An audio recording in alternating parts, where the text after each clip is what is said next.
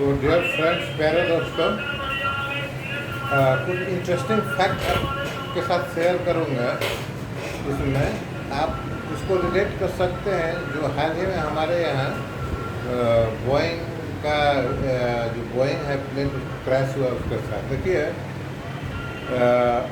Entire India में अगर हम बात करते हैं, इंटायर भारतवर्ष में, तो इंजीनियरिंग का अगर इशू आता है तो मैक्सिमम लोग जो हमारा 3 कोर सेक्टर है, सिविल, इलेक्ट्रिकल और मैकेनिकल, उसी के बारे में जानते हैं। इसके अलावा कई सारा ब्रांच है जिसके बारे में जानते भी नहीं हैं, और लोग अपने बच्चों को वो सब ब्रांच लेने का सलाह भी नहीं देते हैं। ठीक है। और सबसे बड़ी बात यह है कि 3 सेक्टर के अलावा इलेक्ट्रॉनिक्स एंड टेलीकम्युनिकेशन का चौथा सेक्टर है, जो कि यूपीएससी एग्जामिनेशन में वैलिड सब्जेक्ट है। अब आइए फैक्ट पर। देखिए, जो एक ब्रांच है एरोनॉटिकल इंजीनियरिंग या एरोनॉटिक्स इंजीनियरिंग, जिसमें एरोस्पेस के बारे में, मतलब सतह से ऊपर आकाशीय चीज़ों के बारे में पढ़ाई की जाती है। जब हम लोग इंजीनियरिंग कर रहे थे 1991 में, जब मैं पास आउट हुआ, उस समय अपने पास भारत में 5 IIT था। सबको मालूम होगा, खड़गपुर, कानपुर, दिल्ली, कोलकाता और मद्रास। ठीक है। इसके बाद कई सारा IIT था। वो 5 IIT जो था 50 से 60 के बीच में, 50 के दशक में, 60 के दशक में भारत को डेवलप करने के लिए विदेशी सहयोग के साथ भारत सरकार ने दिल्ली, कलकत्ता, मुंबई, मद्रास और कानपुर में खोला था। मतलब सभी में विदेशी सरकार का, विदेशी एजेंसी का भागीदारी था, अभी भी है। साइंस एंड टेक्नोलॉजी का R&D अगर सेक्टर देखा जाए तो सबसे अधिक इसी 5 IIT को मिलता है। साथ में इंडियन इंस्टीट्यूट ऑफ साइंस सबसे प्रमुख इंस्टीट्यूशन है इंडिया में, जो कि स्वामी विवेकानंद के पहल पर भारत सरकार ने खोला था। ठीक है। क्योंकि वो दूरदर्शी पर को मालूम था कि ये ज़रूरी है, अगर आगे बढ़ना है तो इन सब चीज़ों पर ध्यान देना पड़ेगा, अध्यात्म के साथ साथ। अब मुद्दा पर आते हैं, तो हाल फिलहाल कुछ साल पहले Indian institute of space technology करके तिरुवनंतपुरम में एशिया का पहला स्पेस इंस्टीट्यूट खुला है, जहाँ जो मिसाइल्स है, जो रॉकेटरी है, जो सैटेलाइट है, उसके बारे में पढ़ाई होती है।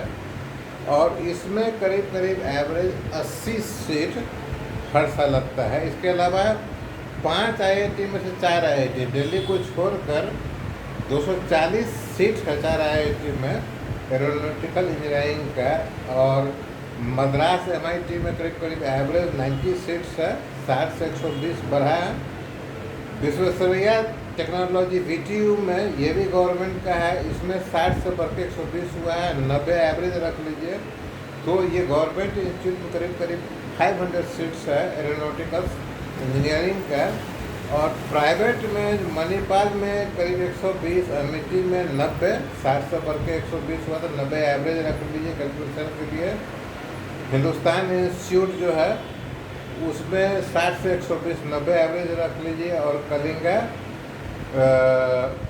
में है आपको 30 सीट, और LPU लवली प्रोफेशनल में 60 सीट है। तो ये प्राइवेट में करीब करीब 390 सीट है, तो 500 और 390 मिलकर हो गया 890, और एवरेज रख लीजिए 900 सीट। ठीक है। अब फ्लैशबैक में चलते हैं। 1991 में बहुत सारा, जैसे आज आपके सामने में आर्टिफिशियल इंटेलिजेंस है और रोबोटिक्स है, बहुत लोगों को तो ये भी नहीं मालूम होगा, पेरेंट्स का, कि हमारे IIT में AI एंड रोबोटिक इंजीनियरिंग का पढ़ाई होता है। और अभी भी लोग लेना नहीं चाहते हैं, लेकिन करियर बहुत बढ़िया है। तो 91 में इसी तरह एरोनॉटिक इंजीनियरिंग का था, जिसमें दुनिया भर में मिसाइल टेक्नोलॉजी और एरोस्पेस में डेवलपमेंट हो रहा था। एयरबस डेवलप हो रहा था, फ्रांस का एयरबस कंपनी, तो बोइंग का एक अधिकार था। ठीक है। आज के डेट में अगर देखेंगे, हमारे पास ये 900 का स्ट्रेंथ है एरोनॉटिकल इंजीनियरिंग का, 500 जो है तो गवर्नमेंट का है, स्कॉलरशिप प्रीमियम है ये, ठीक है, प्रीमियम है। इसरो को और स्पेस जितना भी एजेंसी है हिंदुस्तान में, उस सभी को इस इंजीनियर की ज़रूरत होती है। 500 से भी सीट है, बढ़ाने की कोशिश, ऐसा नहीं कि 500 को बढ़ा के 5000 कर देगा। आपके पास सिर्फ कैलकुलेशन करने से नहीं होगा, ये सभी में आपका R&D के लिए बढ़िया लैब होना चाहिए। और लैब का टेक्निकलिटी जो है सो हम इंपोर्ट करते हैं, बार बार हमारा गवर्नमेंट भी कोशिश करता है टेक्नोलॉजी इंपोर्ट करने का, टाइप होता है। तो ये तो बहुत सारा चीज़ है, इसलिए ऐसा नहीं कि 500 सीट को बढ़ा के 5000 करता है। तो हमारे समय में 91 में एरोनॉटिक्स इंजीनियरिंग 4 IIT में था, उस समय सीट भी बहुत कम हो गए। तो लड़के जो उसमें जाते थे और लड़का फोकस होता था, बहुत सारा लड़का, बहुत सारा हमारा एक क्लासमेट भी था, रूममेट भी था कि जो वहाँ पर मेरे साथ NIT में जिनको इलेक्ट्रॉनिक्स मिला, लेकिन वो नेक्स्ट ईयर एग्जाम देकर एरोनॉटिकल इंजीनियरिंग में IIT कानपुर में एडमिशन लिया और शायद वहाँ से पास आउट करने के बाद USA चले गए। ठीक है, ये ध्यान रखिए, जो 5 IIT है फॉरेन कोलेब्रेशन से है और यहाँ से ब्रेन ड्रेन बहुत होता है। तो आज के डेट में जो ये 500 है, 500 सीट्स जो गवर्नमेंट इंस्टीट्यूशन में है, बहुत हद तक ऐसा होगा कि मुझे लगता है कि 400 स्टूडेंट के आसपास ये फॉरेन में चला जाता होगा। ठीक है, क्योंकि आज का सेक्टर देखिए कैसे बढ़ गया। पहले क्या था, पहले एक आपके पास एरोप्लेन था और इक्का दुक्का जो सैटेलाइट बनाने वाला ऑर्गेनाइजेशन था, जिसमें से अपना भी था, इस तरह करता है। आज के डेट में कई सारा देश मिसाइल बनाने लगा है, कई सारा देश सैटेलाइट बनाने लगा है। ठीक है, कई सारा देश अगर अपने यहाँ एयरक्राफ्ट का मैन्युफैक्चर नहीं करता है तो खरीद कर मंगाता है, उसका ऑपरेशन के लिए इंजीनियर की ज़रूरत है, कम नहीं है। तो जो देश अधिक पैसा देता है, खास करके ये एरोनॉटिकल सेक्टर में, जो यूरोपियन कंट्रीज़ है, वो वहाँ पर यूरोपियन अमेरिकन कंट्री हैं, हमारे इंजीनियर वहाँ चले जाते हैं। ठीक है, जैसे एरो देखिए, पायलट नहीं लीजिए, pilot is not an engineer, engineer pilot नहीं होता है। ठीक है, पायलट को हवाई जहाज़ उड़ाने की ट्रेनिंग होती है, इसका ऑपरेशन और मेंटेनेंस वगैरह जो है सो इंजीनियर के हाथ में होता है। तो एरोप्लेन या मिसाइल या जो भी चीज़ है जो धरती से ऊपर और आकाश में और स्पेस में काम करता है, उसका प्रोडक्शन, उसका मेंटेनेंस, उसका ऑपरेशन, हर चीज़ का, उसका इंजीनियरिंग, हर चीज़ का जिम्मेवारी इंजीनियर के ऊपर होता है। तो अगर आपके पास आपका जो बनाया हुआ इंजीनियर है वो America, England, Australia, Spain, Norway में जाकर काम करेगा, तो हमारे पास तो है ही नहीं। तो मान लीजिए कि 500 में से 400 चला गया, 100 वो बच गया जो यहाँ पर गवर्नमेंट के इंस्टीट्यूशन में, गवर्नमेंट का इंस्टीट्यूशन जो है इसरो और भी इंस्टीट्यूशन जो है, अगर उसको रख लिया किसी तरह, तो अदरवाइज जो 300 से 400 ये प्राइवेट इंस्टीट्यूट से निकला हुआ इंजीनियर है, एरोनॉटिकल इंजीनियर, वही आपके हाथ लगता है। जाहिर है कि ये 390 का जो डाटा है या 400 का जो डाटा है, आपको मालूम है कि प्राइवेट इंस्टीट्यूशन में क्या पढ़ाई होती है।